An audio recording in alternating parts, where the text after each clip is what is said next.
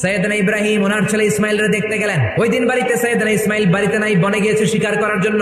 বাড়িতে সৈয়দনা ইসমাইলের বিবি সৈয়দনা ইব্রাহিম ঘরের দরজার বাইরে থেকে সালাম দিয়ে বললেন, আসসালামু আলাইকুম। ভেতর থেকে কর্কশ গলায় একটা মেয়ে সালামের উত্তর দিয়ে বলল, ওয়া আলাইকুম আসসালাম। জিজ্ঞেস করলো সৈয়দনা ইব্রাহিম, মা কেমন আছো? মেয়েটা কয়, বেশি সুবিধার না। তোমাদের খাওয়া দাওয়া কেমন চলে? ভালো না। তোমার জামাই কই? বনে গেছে।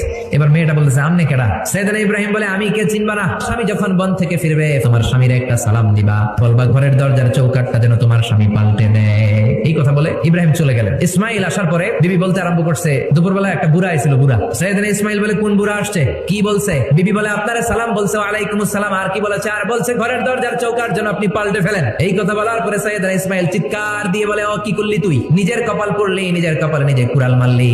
এইটা আমার বাবা ইব্রাহিম খলিল, আমার বাবা যা বলেছে এর মানে হলো তোরে যেন আমি তালাক দেই। বাবার খুশির জন্য তালাক দিয়ে দিস। নতুন সংসার শুরু হলো। আরেকটা বংশীয় নেককার মেয়েকে বিয়ে করলেন। 3 বছর পর সৈয়দনা ইব্রাহিম আবার বেড়াতে আসলেন। আজকেও সৈয়দনা ইসমাইল বাসায় নাই। সৈয়দনা ইব্রাহিম সালাম দিলেন, আসসালামু আলাইকুম। এবার জাদুমাখা কণ্ঠে, কুকিল কণ্ঠে, মোলায়েম কণ্ঠে একটা মেয়ে ঘরের ভেতর থেকে বলে, ওয়ালাইকুম আসসালাম। সৈয়দনা ইব্রাহিম বললেন, কাইফা হালুকি ইয়া উম্মি, মা কেমন আছো? বলো বলো। মেয়েটা বলে, আলহামদুলিল্লাহি আলা কুল্লি হাল, সব অবস্থায় আলহামদুলিল্লাহ। সুবহানাল্লাহ পড়ে।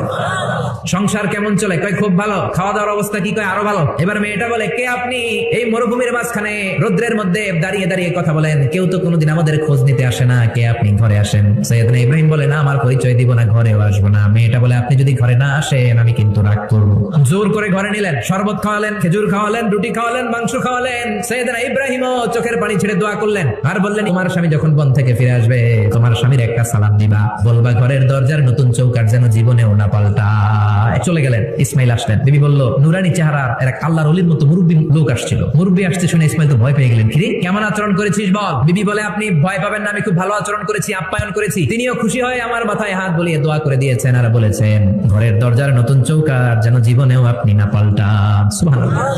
সৈয়দনা ইসমাইল বিবিকে জড়িয়ে ধরলেন। যেই মুরব্বী লোকটা এসেছিল সাধারণ কোনো মানুষ নয়, তোমার শ্বশুর আমার বাবা ইব্রাহিম খলিল। আমার বাবা বলেছেন তোমার যেন কোনোদিন তালাক না দেই, তোমার যেন ছেড়ে না দেই। এই যে তোমার হাতটা দুনিয়ার বুকে ধরলাম, জান্নাতে যেন তোমার হাত ধরে এই দুজনে জান্নাতে ঢুকে যায়। এজন্য বাবা মায়ের দোয়ার দরকার আছে না নাই?